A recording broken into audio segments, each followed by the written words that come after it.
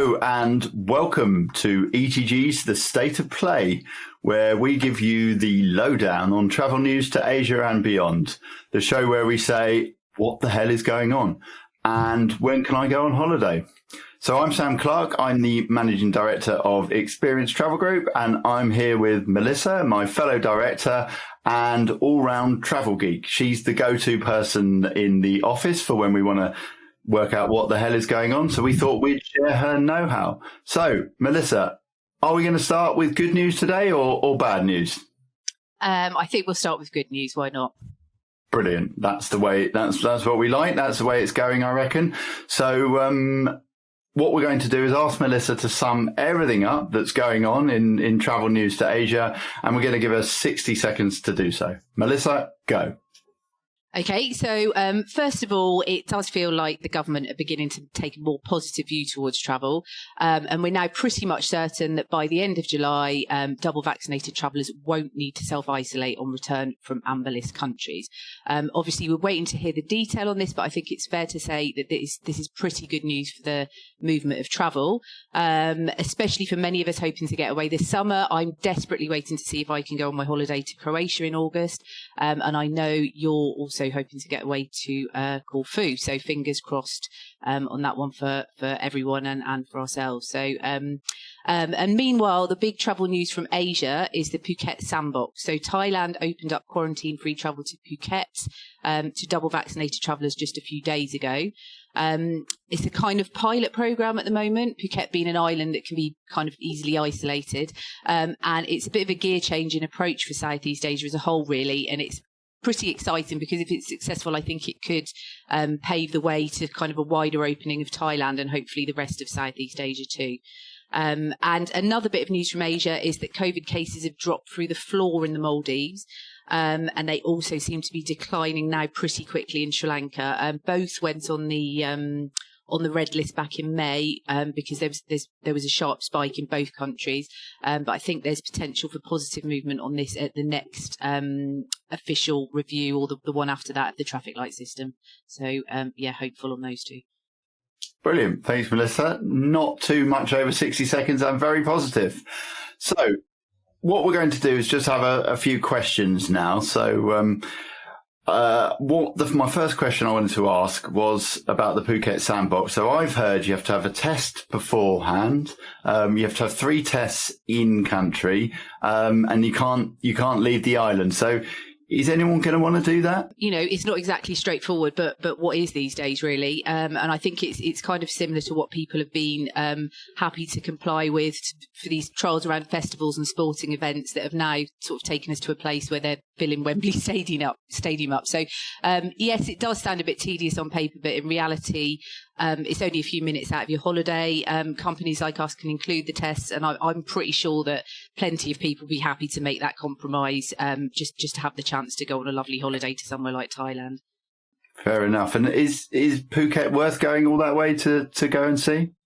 Absolutely. I love Phuket. It's a fantastic destination. I think a bit like places like Mallorca and perhaps Bali, it sometimes gets sort of tarred with a sort of wrong brush sometimes, because there's just sort of isolated parts of the island that are quite sort of hectic. But the rest of it is a big island, loads to do, beautiful, lots of quiet beaches, fantastic hotels. Obviously, it's Thailand, so the food's amazing.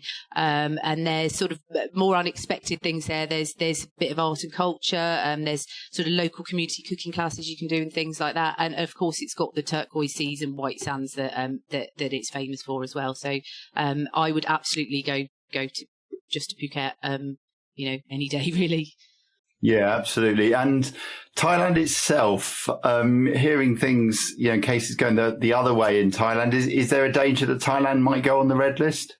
The cases have crept up. I don't think it will go on the red list, because if you look at the cases per 100,000, which I actually did a few minutes before this, I think they're around 60 per 100,000, which I don't think is significant enough for it to go on the red list. And even if it did happen, which I really don't think it will, I think they might take a different approach towards Phuket in the same way that they have with, for example, the Balearic Islands. But I don't think it will happen. Okay, well, we'll see on that. Hope not anyway. Yeah. There's no double guessing the government, but let's see. So now, moving on from Thailand, a lot of us have got our holidays booked. I've got a cottage booked in the Peak District for later on in August, but definitely looking to get further afield and get some real travel adventures under my belt once again, kind of in the winter, early 2022. What would you advise for people who are thinking along those lines? Well, I know lots of people just like us would be desperate to travel again, and thinking about where they can go in Asia.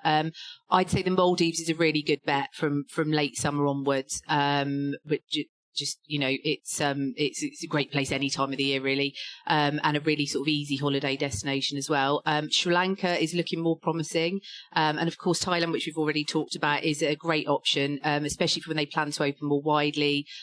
Christmas, in fact, the whole of the winter through to spring is a particularly great time to visit Thailand and indeed Sri Lanka and the Maldives as well. Yeah, and would there be any reason to book right now, given people are unsure still about what's going to happen next year?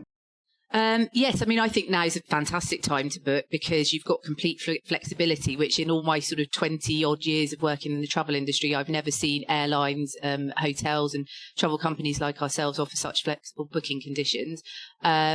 There's also lots of availability for things that, you'd sometimes struggle to get locked in. I've got my holidays lined up for I've got kids, as you know, so I've got, the next few school holidays, I've got things penciled in for. Whether I'll be able to do them or not, I don't know, but they're all completely flexible. And just another top tip I've got around that kind of thing is that I've found out that now is a really good time to use any Avios points you might have got saved up. British Airways, they've doubled the amount of reward seats available, so there's lots more availability than usual with those, and Avios tickets are always completely flexible. So yeah, I think it's a really good time to book.